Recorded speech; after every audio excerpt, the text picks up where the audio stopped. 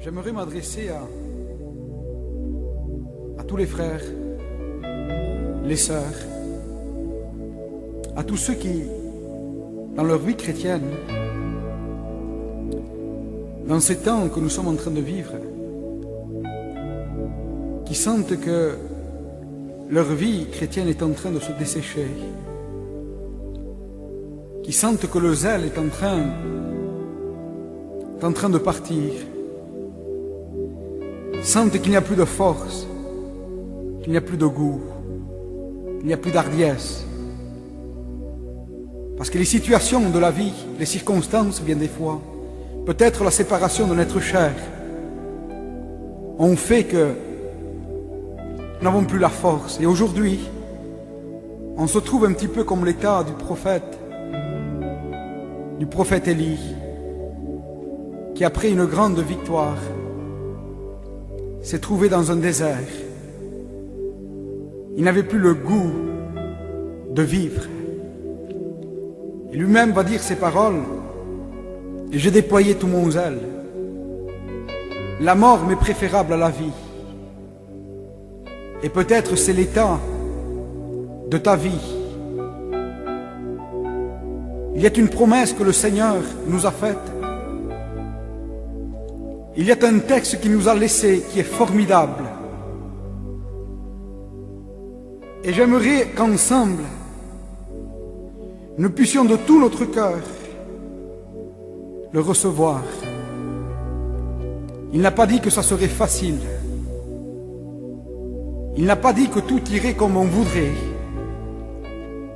Mais il nous a fait une promesse. Et dans toutes ces choses, vous serez vainqueurs, et plus que vainqueurs. Et nous sommes vainqueurs par celui qui nous a tant aimés.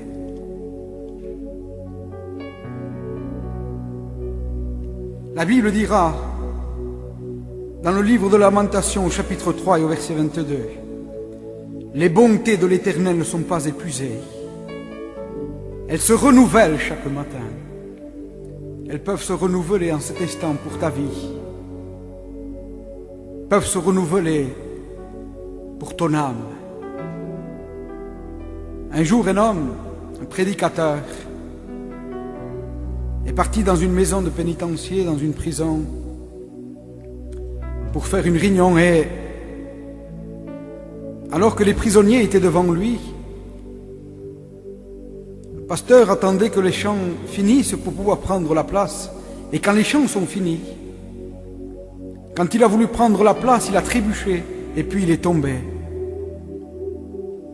Et les prisonniers se sont mis à rire.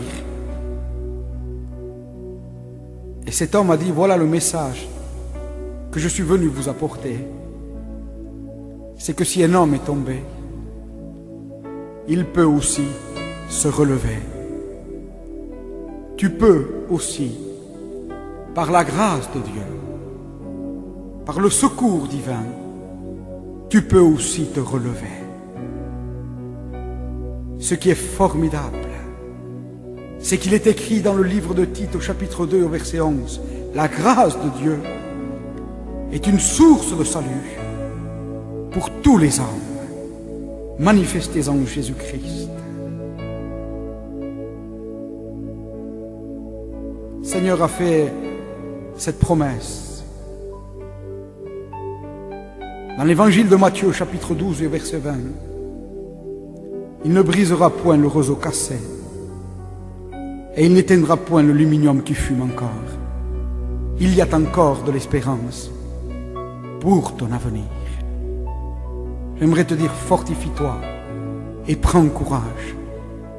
Le Seigneur est bon.